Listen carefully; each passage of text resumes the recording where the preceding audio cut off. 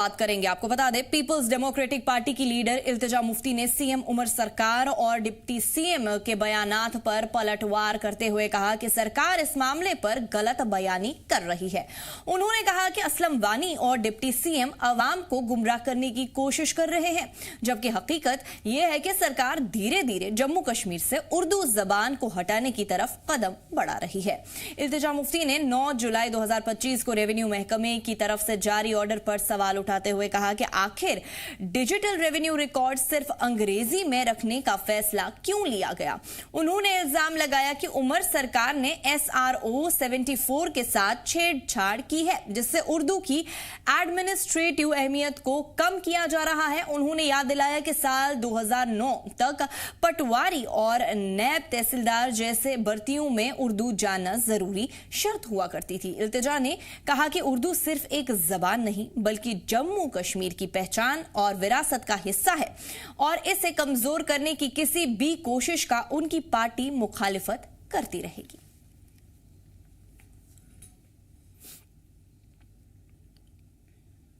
इसमें कोई दो राय नहीं है कि जम्मू कश्मीर की जो सरकार है, उमर साहब चीफ मिनिस्टर हैं, वो कोशिश कर रहे हैं कि हमारी जो जबान है जम्मू कश्मीर में हर एक तबके, हर एक कम्युनिटी की उर्दू, उसको वो ग्रेजुअली निज़ाम से बेदखल करना चाहते हैं।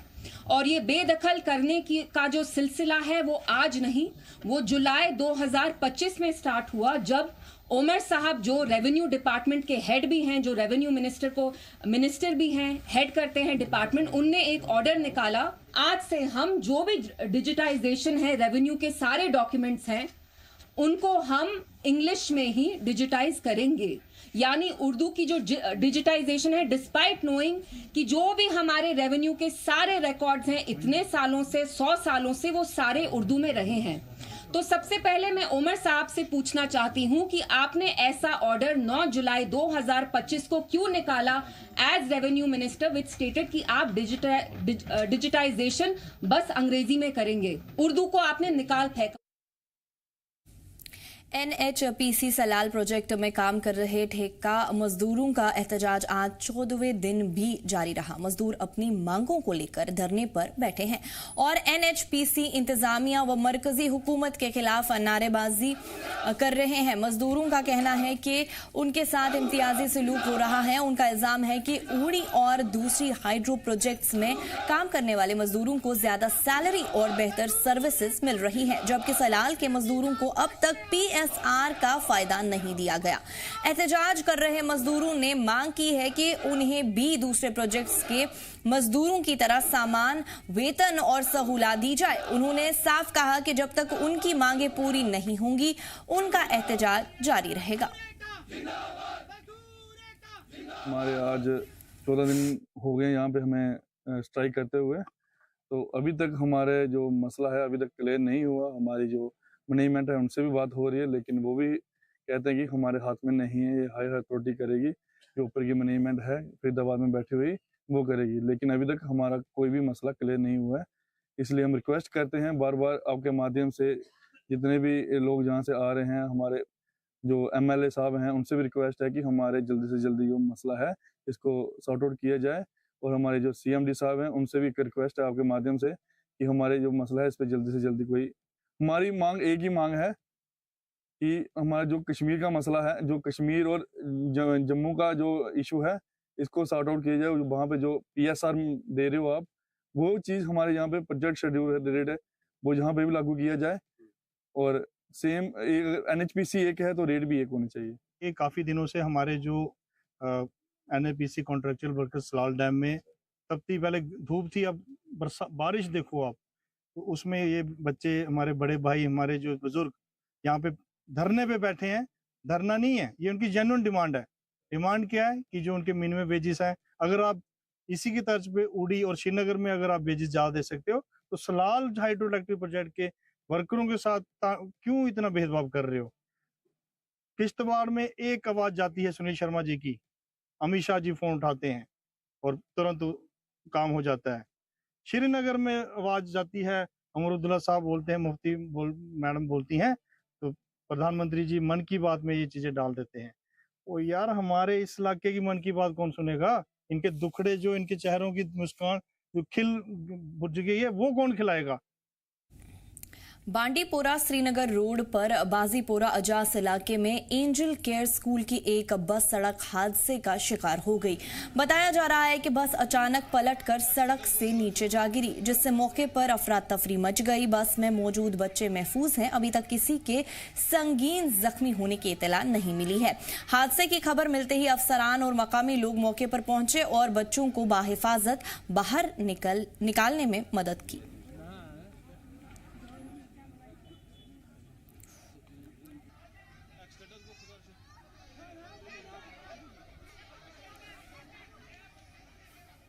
द्रास जिले में आज नए डीसी काचो इम्तियाज खान और काचो इश्तियाक खान ने अपना चार्ज संभाला और नए डीसी द्रास और एसएसपी को गार्ड ऑफ ऑनर पेश किया गया और आवाम की तरफ से डीसी और एसएसपी का इस्तकबाल किया गया।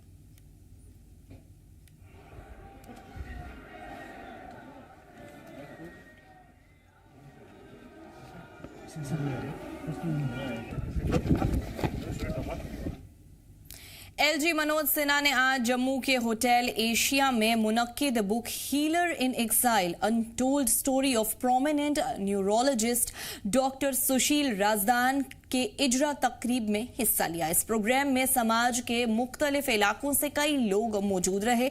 इस मौके पर एलजी मनोज सिन्हा ने डॉक्टर सुशील राजदान के हेल्थ सेक्टर में ताउन की सराहना करते हुए कहा कि उन्होंने बड़ी तादाद में मरीजों का इलाज किया है और उनकी जिंदगी समाज के लिए इंस्पिरेशन है। उन्होंने ये भी कहा कि कश्मीरी पंडितों ने विस्थापन के बाद कई मुश्किलात का सामना किया, लेकिन फिर भी अपने काम और मेहनत से समाज में खास पहचान बनाई। तकरीब में मौजूद लोगों ने भी डॉक्टर राजदान के योगदान को सराहा और इस बुक को एक अहम दस्तावेज बताया।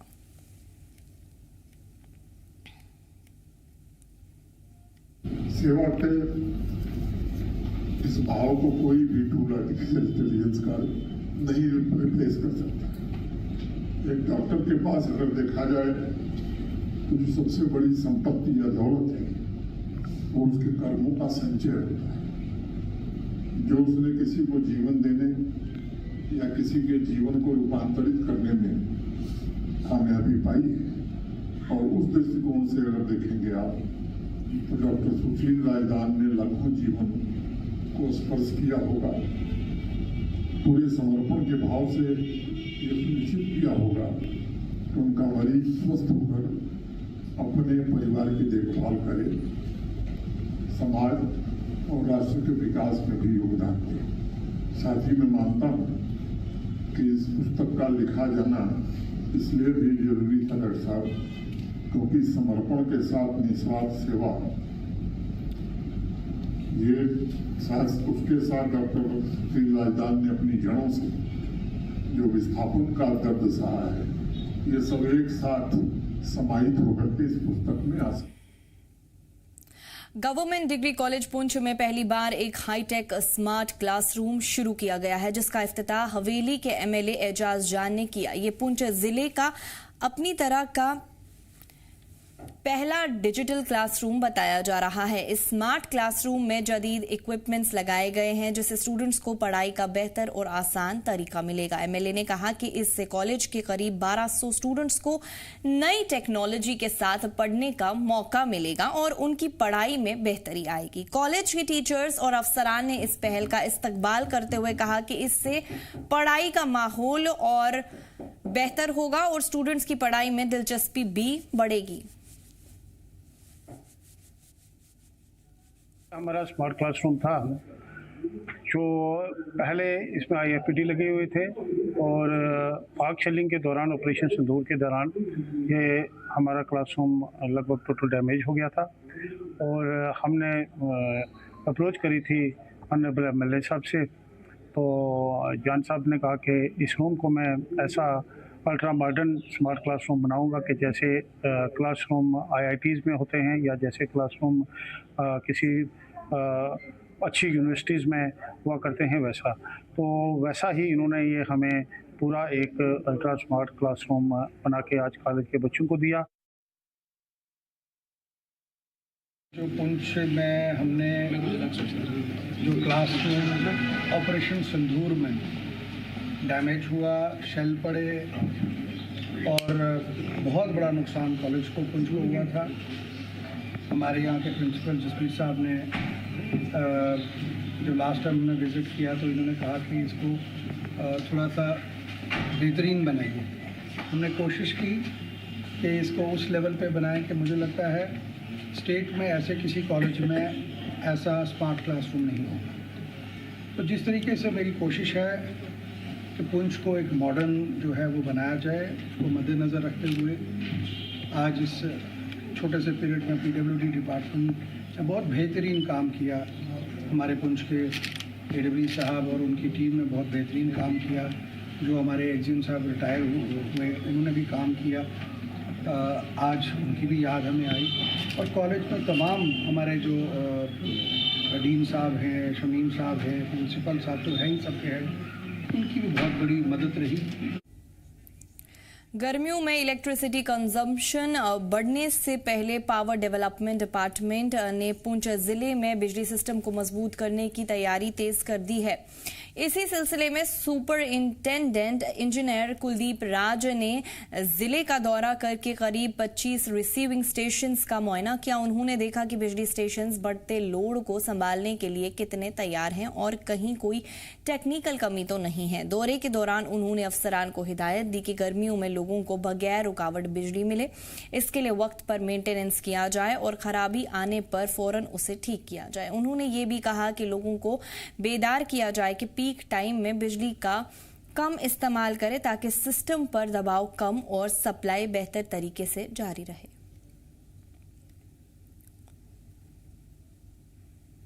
मेरा नाम जगमीत सिंह है, मैं इंजीनियर हूँ एसटीडी में। आज हमारे जो वर्दी एससी साहब थे उन्होंने पुंछ का विज़िट किया और डिफरेंट रिसीविंग स्टेशन पे वो गए। उन्होंने लोड मॉनिटर किया, यहाँ क्या क्या लोड चल रहा है, और उन्होंने हमें इंस्ट्रक्शन पास की है कि आने वाले समर्स में लोगों को अनइंटरप्टेड पावर सप्लाई प्रोवाइड करनी है।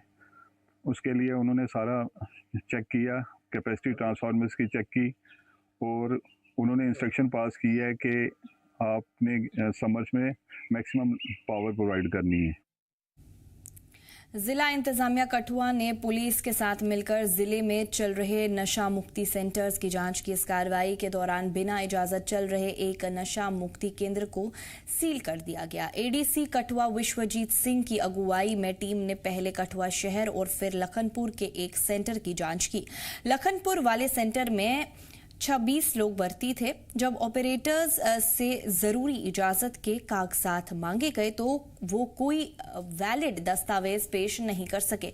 इसके बाद इंतजामिया ने सेंटर को बंद कर दिया और वहां भर्ती तमाम 26 लोगों को मेडिकल जांच के बाद जीएमसी कठुआ भेज दिया गया। अफसरान ने कहा कि बिना इजाजत चलने वाले ऐसे सेंटर्स के खिलाफ आगे भी सख्त कार्रवाई जारी रहेगी ताकि लोगों को बचाया जा सके। उन्होंने ये भी कहा कि इस तरह के गैर कानूनी सेंटर्स मरीजों के लिए खतरनाक साबित हो सकते हैं।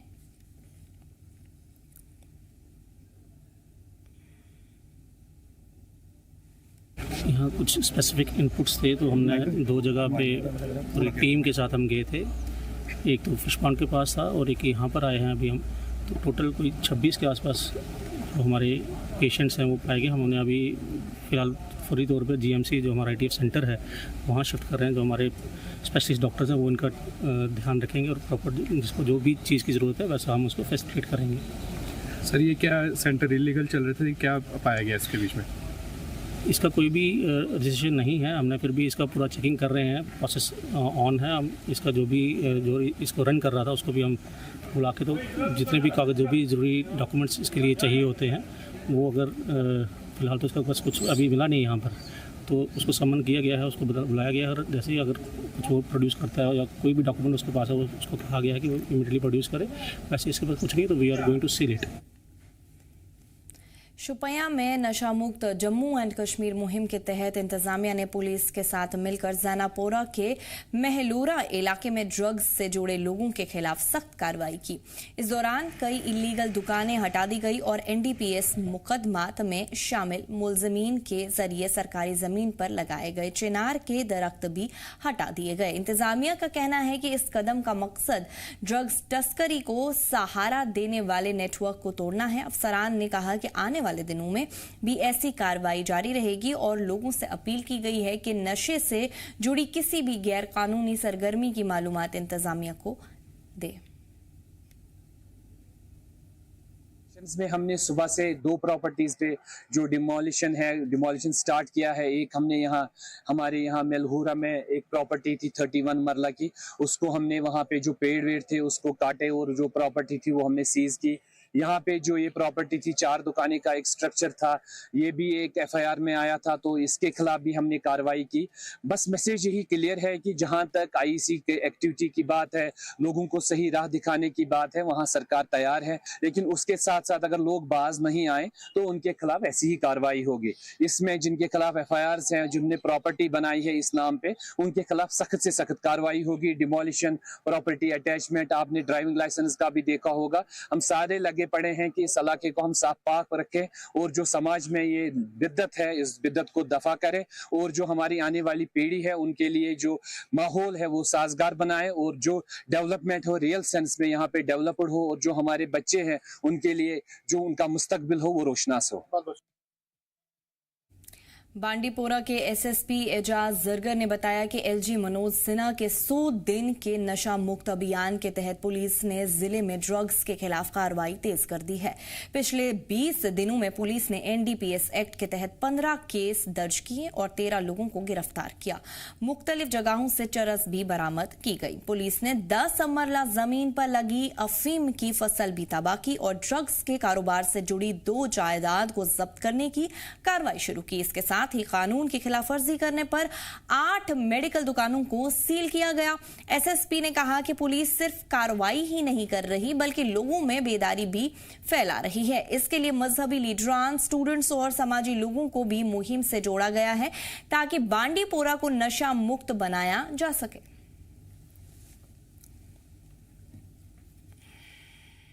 एलजी साहब ने 100 डे कैंपेन शुरू की थी, नशा मुक्त कैंपेन।